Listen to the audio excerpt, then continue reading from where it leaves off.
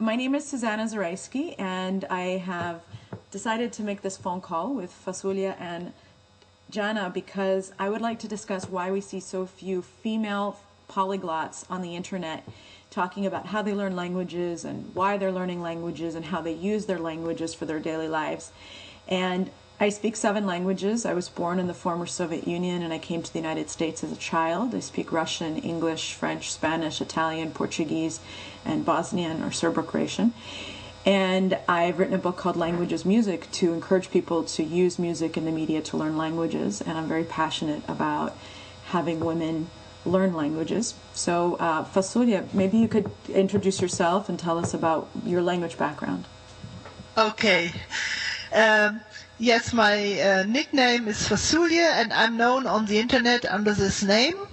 And I've been learning languages my whole life long. I started learning languages in school, then I continued at university, and now I do language courses at the Adult Education Center combined with self-study of languages.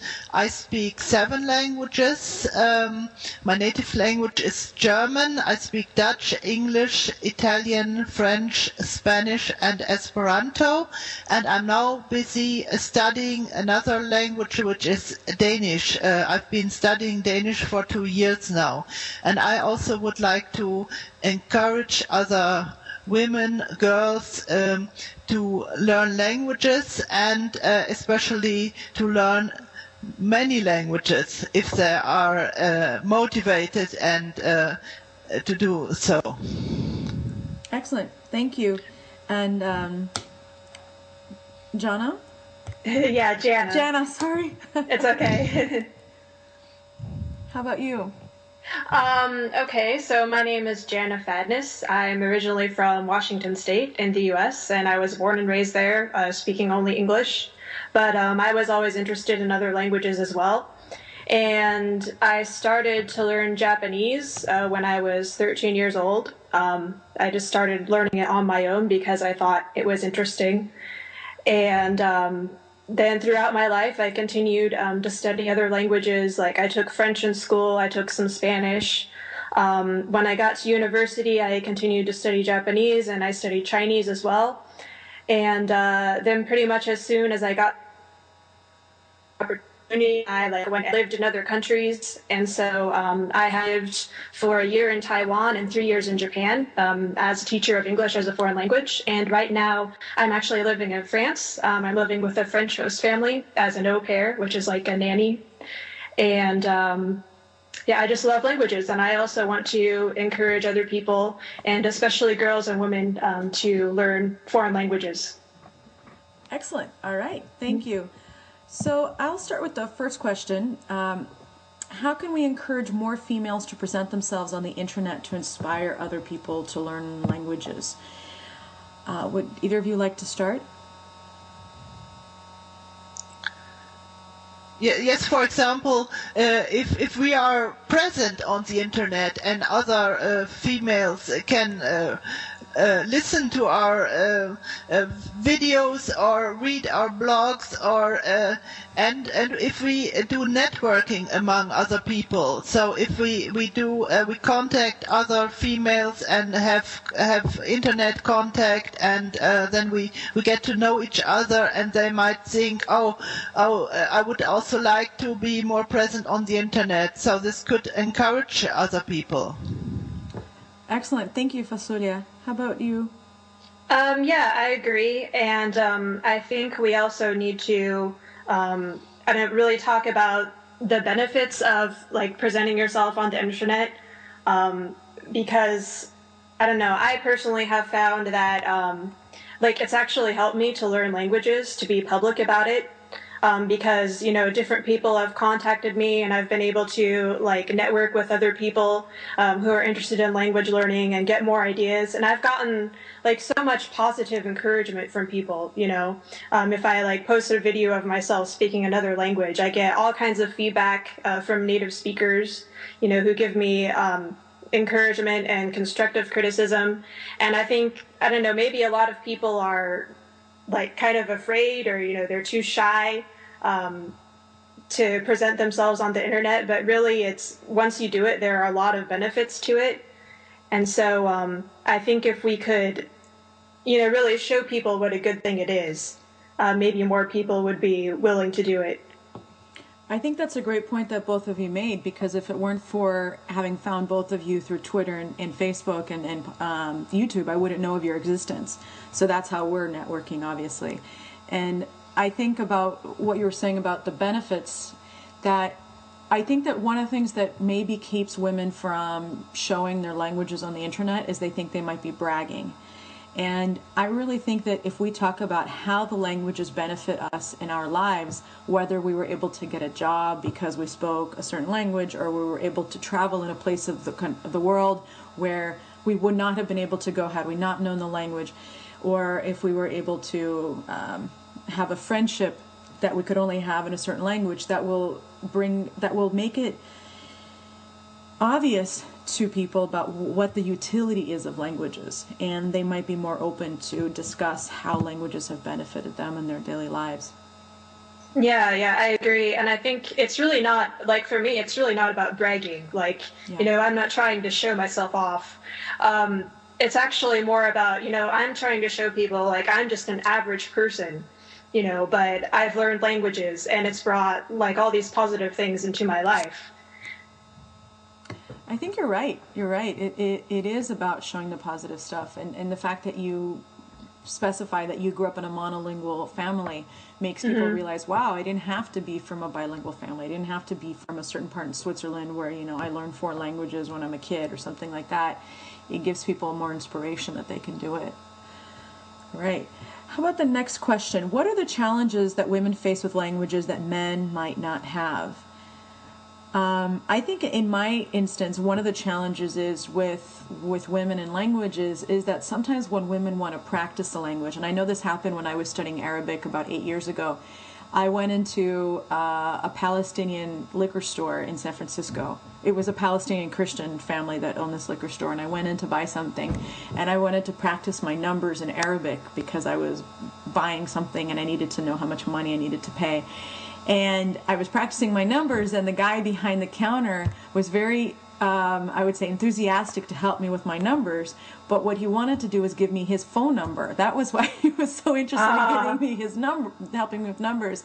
And a friend of mine recently told me that she really wants to practice her Spanish. And I live here in California where it's very easy to practice Spanish. But she said, when I find men to practice Spanish with, they think I'm flirting with them. But I'm really not. I just want to practice my language. And she said, what do I do? And I said, well, if you think that men are thinking that you're flirting with them, then you try to practice more with women. And if you are speaking to men, you should just tell them ahead of time, look, I'm just learning the language, and I'm really enjoying practicing this with you, so that you make it clear that's your intention for speaking the language. How about you, Fasulia? Do you have any suggestions about or any comments on challenges that women face with languages that men might not have? I wouldn't so much differentiate between men and women in that case, but I had also some frustrations. I don't know whether I'm a woman, but with Turkish, I tried to speak Turkish in Turkish supermarkets, and yes, I always got answers in German, and the Turkish shopkeepers, they were irritated. They didn't know why I wanted to speak Turkish, and they couldn't imagine that I was just wanting to practice a foreign language. So this was a bit frustrating experience I had. I don't know whether it has anything to do with my gender, but maybe it's only that the Turkish people cannot really imagine that they are language learners in a country where they live.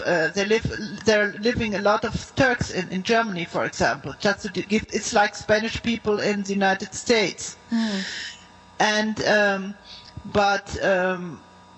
For the rest, I don't have any special negative experience which have to do something with my gender, but I think contacting people and practicing language, it's on the internet. It's much easier than in real life. I find that interesting because I actually prefer to, practice my languages in real life. But I understand the frustration. If people don't want to speak to you, then obviously you have to find other avenues to practice. How about you, Jana? Yeah, I can't really think of anything that's particular to women as far as challenges on learning languages. Like, I had never really thought about, like, what you said earlier, Susanna, but that's true. Like, sometimes if you try to practice languages with guys, like, they are wanting to get something more out of it. But, as far as, actual difficulties in learning the language itself, I don't really, I think women in general face the same kind of challenges that men face. They think that, language learning is too difficult, or, they don't have enough time, or they're not smart enough, or, the same kinds of problems that men would have, I think. Okay. What about when children are learning languages, do you think that girls might be more timid about making language mistakes than boys are? How about Fasulia or Jana? Well, Jana? Jana. Well, I've worked as an English teacher abroad for a few years, and I've taught a lot of kids. And, I personally have never noticed any real differences between boys and girls as far as, like, one being more timid than the other. I've actually found that there are shy kids and talkative kids of both genders, and so, personally, I haven't noticed a difference there. How about you? And I don't have any a personal experience with children in a class situation, because I don't have children myself, and I'm not a teacher. I worked at a school, but I had only the task to do the photocopying, so I did not have. I wasn't allowed to be in the language lessons of the school, so I don't know how in a class of 30 pupils the boys and the girls would react, or would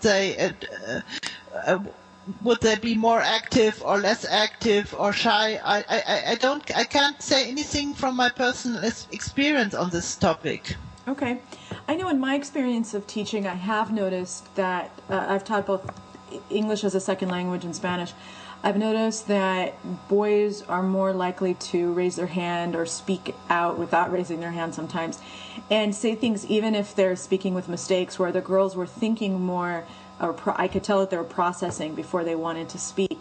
And I think that might be, and it's also something similar I see in other classes, whether it's history or science, where the girls are more timid about making mistakes, where the boys will just speak, what they think is right. And I think in this case, if that is the case with girls, like, for example, if there are parents listening and they know that their daughters are very shy about speaking because they think they're going to make a mistake, that's where you have to bring the fun into language learning and use music and karaoke, if it has to be that, or improvisation, or using theater, because when people are having fun, they're more apt to just have fun, and they don't really think that they're studying or they're learning, but they are learning in the process. And that's one of the reasons I emphasize, obviously, so much music and the media in language learning.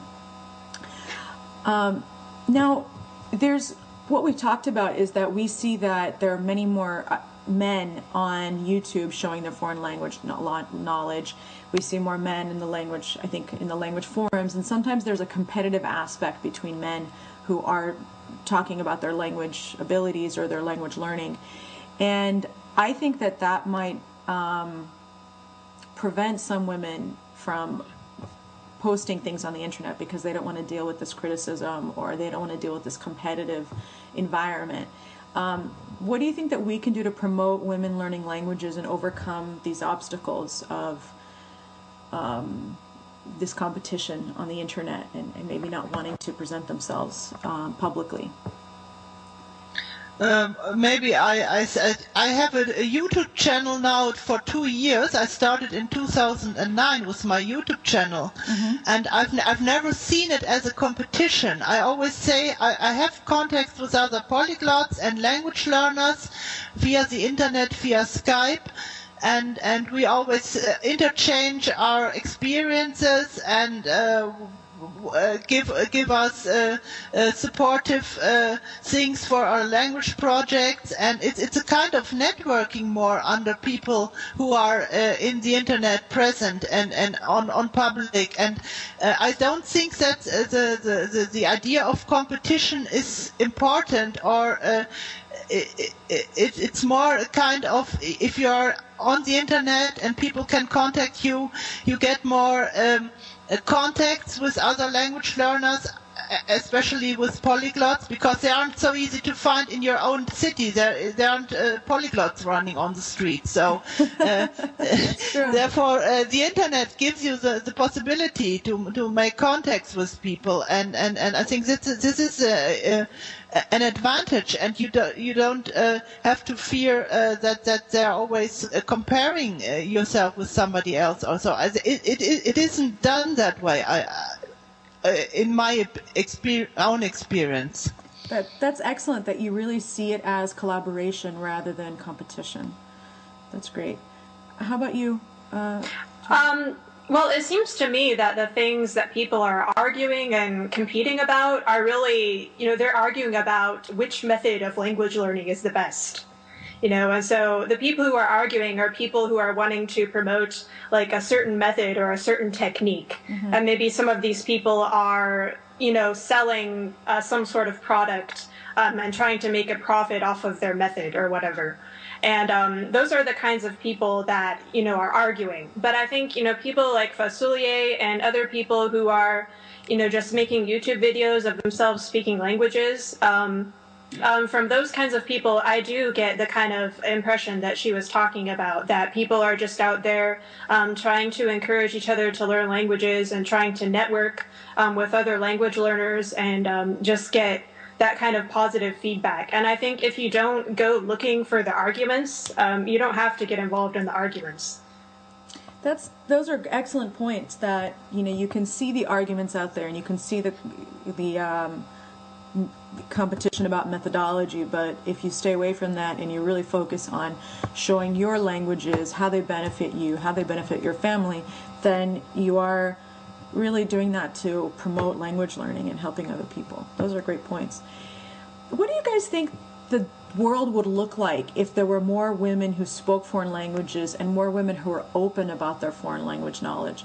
I think that obviously more women would have more economic opportunities, like being able to work abroad and do international business, and there would be more women in diplomacy. Like, for example, in the United States, our first Secretary of State, female Secretary of State, was Madeleine Albright, who spoke, I think, at least 5 foreign languages, and then we had another Secretary of State who spoke Russian. What do you guys think are the benefits that we will see when more women are polyglots? Fasulia? I would differentiate, because I've been in a lot of language courses throughout my whole life, at university, at adult education center, and these language courses are always full of females. I would say there are at least 80% of the participants of language courses may it be at university in the philology section, or at the adult night courses. It's the vast majority of language learners in these courses that are females. There are the men in the minority situation. So I wouldn't make the statement that there are only few females speaking foreign languages or that have language abilities. I think where the females are in the minority position is among the polyglots and not among the normal, ordinary language learners. So, but what would the world look like if there were more women who were polyglots, or who expressed what languages do in their life? Like, for example, in the book Babel No More that you and I both read by Michael Erard, he only had one or two living female hyper-polyglots who were in the book. Two. Right. Yeah, two. Helen Abadzi and another woman.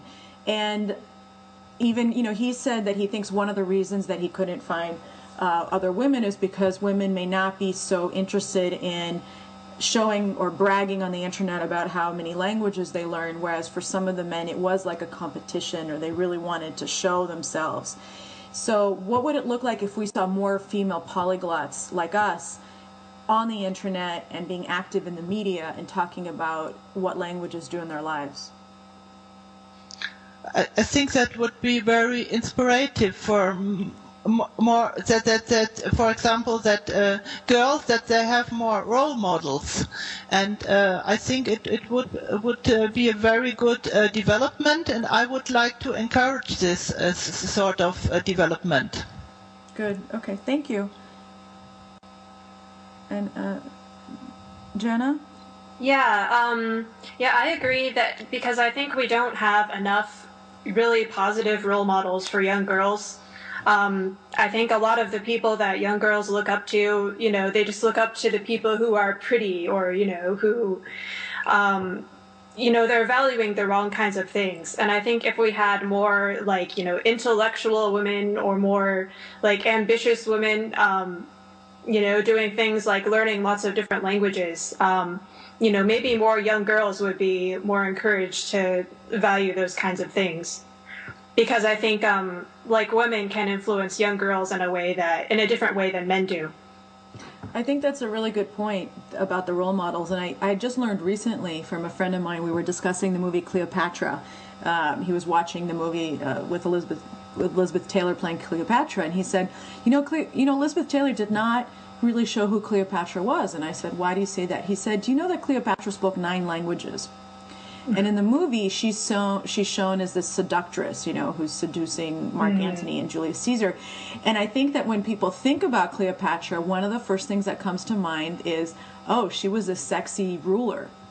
She used her feminine charm and her beauty to seduce these rulers. I never learned that she spoke 9 languages. I had to actually look it up on the internet. I didn't know that either. You didn't know that either. So isn't that amazing how here was a powerful, powerful woman, and what do we think about her? We think of her as the seductress, not as the person who was able to use her languages to rule Egypt. And as a matter of fact, she was the first one in her family, because she was from a Greek family, that learned the native Egyptian language. It wasn't Arabic, it was the language that was spoken in Egypt at the time. So she went out of the confines of her family to learn this language.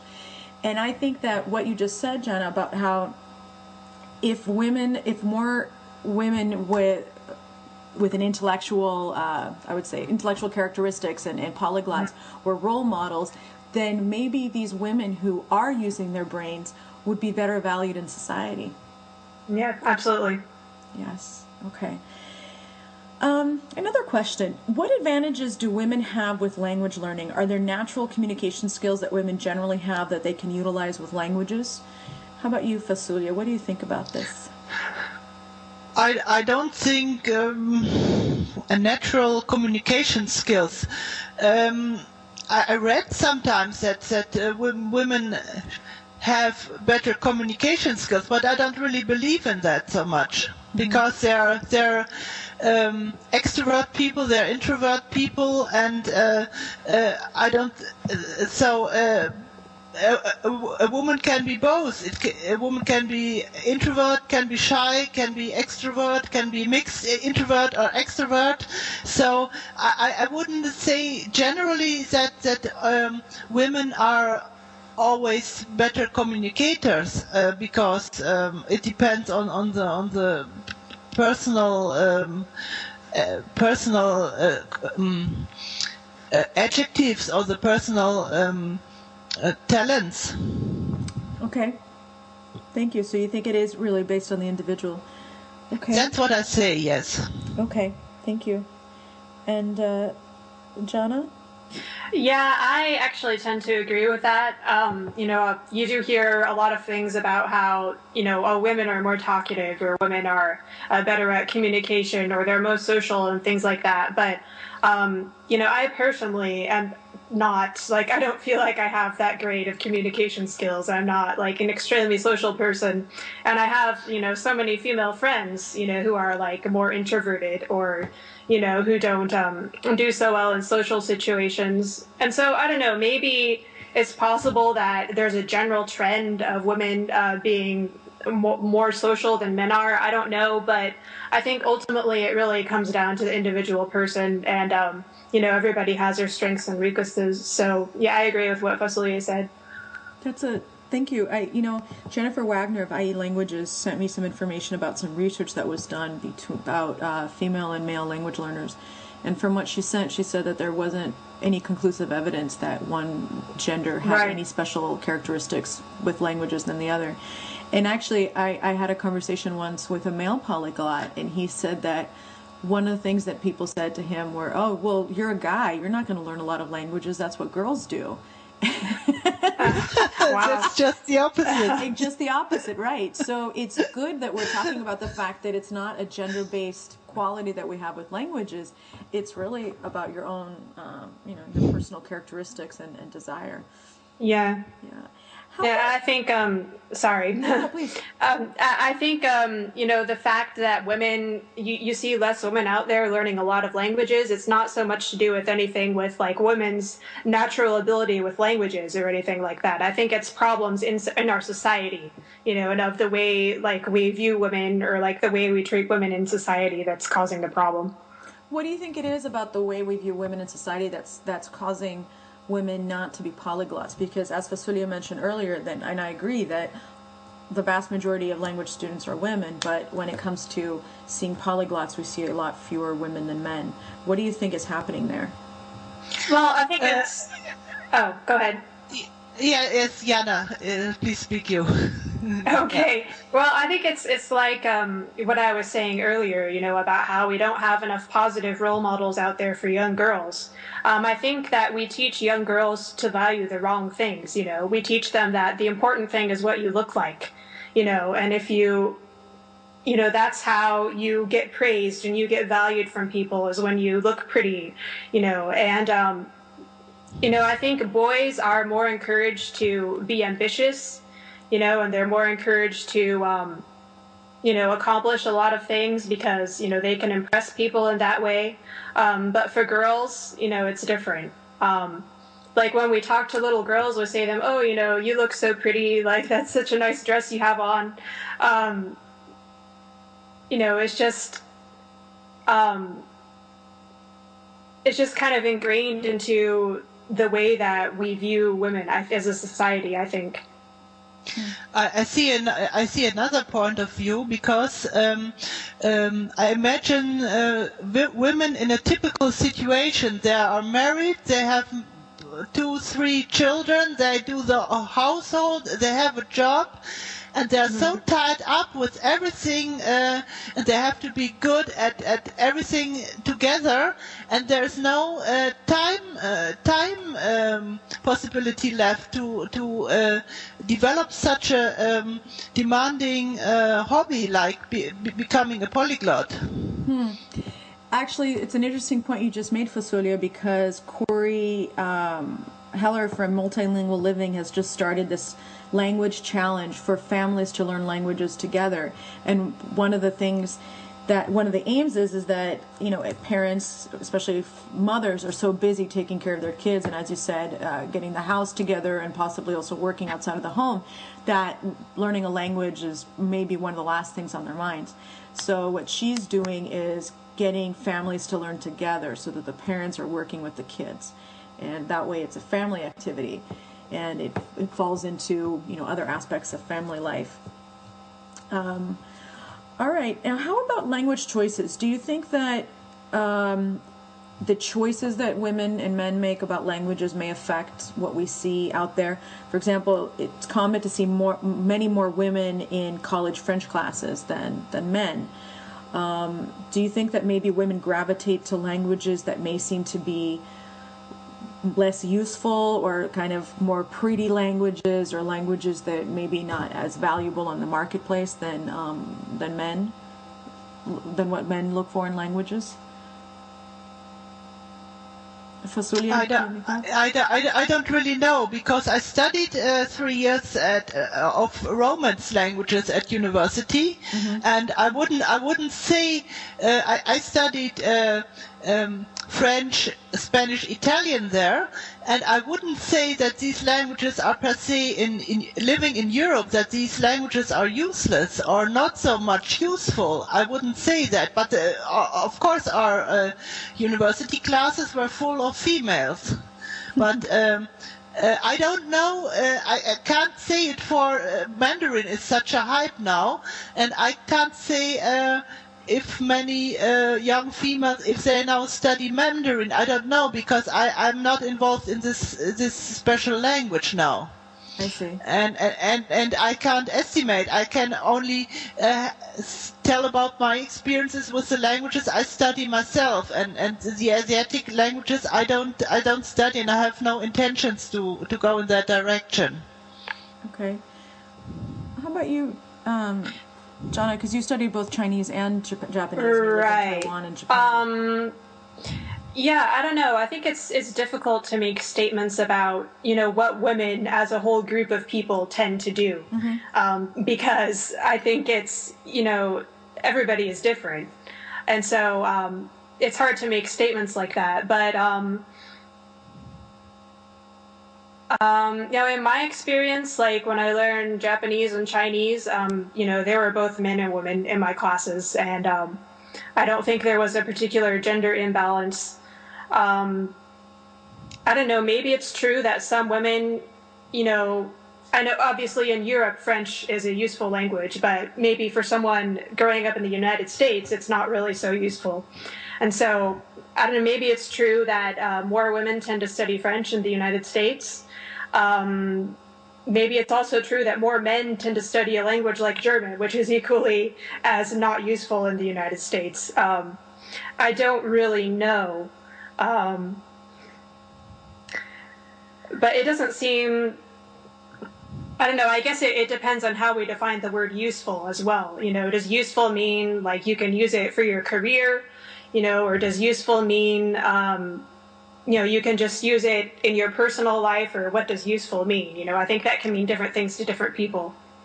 Yes, I would add this, because not always something turns to be useful what everybody thinks, because my most useful language for jobs I got is the Dutch language, and nobody told me before that if I study Dutch that it would be a useful language, and it tended to be more useful for jobs to receive jobs than English, and that nobody would have predicted that. So I'm a bit careful with the word what is really useful. Sometimes languages are useful and nobody has thought about it before. I think that's a great point. When I studied Italian in college, I really did it for fun. I had no intentions of ever using it professionally. I just liked the way it sounded, and I was studying it. And I got some comments from people about, why don't you go study something more useful like Chinese or Japanese? And I never thought I would ever use Italian, but I did get a job because I spoke Italian. I used to work in the Italian wine import business in San Francisco, and I had to use Italian because we had winemakers come from Italy, and I sometimes had to translate for them and speak. And I also had Italian restaurants as clients, and I would speak to the owners in Italian. So you're right about how you never know if something is going to be beneficial for you financially in the future. I have a question about Japanese, and I've only been to Japan as a tourist, and I have a friend of mine who grew up in Japan. She's American, and she ended up working in Japan, and she speaks the language fluently, and she said it was very difficult to work there. She's an engineer because she was the only woman in like the entire engineering team. And she didn't feel, and she said that, American men who were in Japan, they had a much easier time living in Japan because they could much easier find a girlfriend or a wife. But American women, especially as educated as she was and working as an engineer, she said no guy in her department would ever socialize with her outside of work.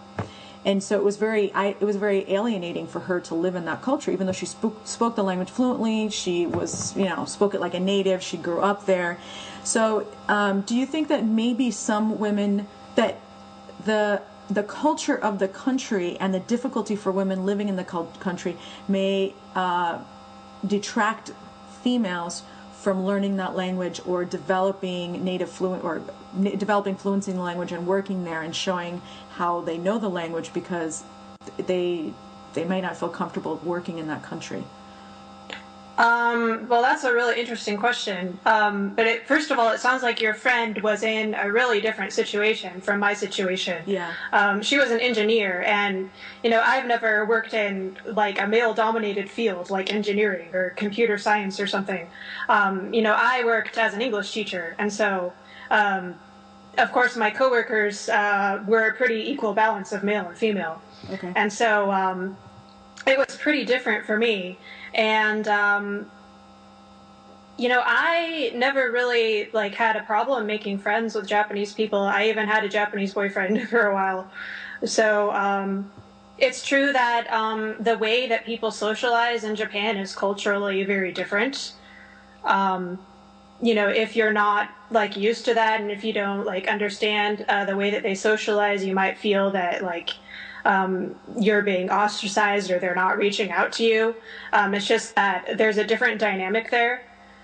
And so it might be difficult for someone to get used to, if they grew up in the West. Mm-hmm. There's definitely a cultural barrier there that can be difficult. I think it kind of depends on your personality, maybe. I think that there are different cultures that will resonate differently with different people. Mm-hmm. Because I think, cultures vary, kind of like personalities vary, and some people feel more comfortable in one culture than another. I personally was born and raised in the United States, but I feel like personality-wise, I'm a lot more Japanese than American, and I actually feel more comfortable in Japan than I did in the United States. And so, maybe that just depends on the person. Mm-hmm. I think I really like the word you used, resonate, because I think that languages can resonate with you, like you said, based on your personality and your ways of communicating, but Mm-hmm. also they resonate with you on a vibrational level, because all languages are sound, and sounds are vibrations. And the sounds of some languages resonate better with you than the sounds of other languages, which also can make it difficult to learn a language that you don't like to listen to. And I've been in that situation. And Yeah, I think so. Some languages just naturally appeal to you more for some reason. yeah, I think for sure. Mm-hmm. For sure. What do you think? Do you guys have any last thoughts about what we can do to encourage more women to show their language skills, or anything else you want to talk about on this topic of women and languages, International Women's Day? Fasulia, do you have any last thoughts? Last thoughts. I found it. I really much enjoyed our conversation together, and we spoke so many interesting aspects of language learning, the role of females, and what are our own experiences. And I think this is really good that we came together to have this talk, because otherwise there's one female and there's one female, and there are not so much connections among each other. That's very true. That's very true. You're right. And Jana? Yeah, I also really enjoyed the conversation, and it's gotten me to think about some issues in some ways that I never thought about them before. And so I hope that people will listen to it and also think about the issues. And if there are more women out there who are learning languages or interested in learning languages, I hope that they will, try to network with us so that we can hear from them too. Excellent. And that was a great point you made about networking. So all of our contact information is on the screen in this YouTube video, and it's also in the description in the YouTube video. And if you have any comments or any other suggestions that you have about how to promote language learning, to the audience, please put that in your YouTube comments. And something I was thinking about maybe somebody who doesn't want to make a YouTube video or really be too public about what they're doing, you could also write a blog about your language learning or about how you use your languages to get jobs. Because, you know, you don't have to make a video, but if you talk about it and you write about it, you may be inspiring other women and also men to learn languages. And I think, you know, or you can make a YouTube video and turn off the comments if you don't want to deal with people's comments, or have a name on the internet that's not your real name so people don't, you know, won't find you if they do a Google search. So you have some sort of anonymity. And that can help. And, you know, something I wanted to mention is that I think that a huge point about women and language learning is that I think there's a multiplier effect that if a woman learns a language. Now, I don't have children, but if a woman has a child, if she's speaking, you know, her second or third language with the child from a young age, the child is more apt to actually learn that language, or at least be familiar with the sounds of that language. So when he or she is in school later on and has the opportunity to study the language, he or she will already have the exposure to the sounds of the language, and that's very important for developing accents. And if a man speaks various languages, his children may end up learning those languages, but just because of the way our society works, women spend a lot more time raising children than men do. And so there is this multiplier effect about educating women, and that's one of the things I really want to emphasize for women who may be a little bit shy, perhaps, about showing their language skills. If you don't want to show them online, you don't want to write about it, and you have children, think about the impact you can have on your children. And when your children learn languages, then their children will be learning languages, and their friends will hear the languages. And so you're creating a huge domino effect about language learning that you should really value. All right, well, any other thoughts before we wrap up? Thank you guys so much for taking this time to speak and to really think about this topic, because maybe we can have more phone calls in the future and put them on YouTube to encourage women, female language learners. Any last thoughts before we finish? Yes, I would greet all the watchers of the video, and perhaps we were looking forward to some reactions, and we would like to discuss with other people who watch our video and who see our arguments and experiences. Perhaps they have something interesting for us to add. Excellent. Thank you. Yeah, I just second that. Thanks everyone for watching the video. I don't really have much to add, but I hope that it's helpful to people. Excellent. So. Thank you.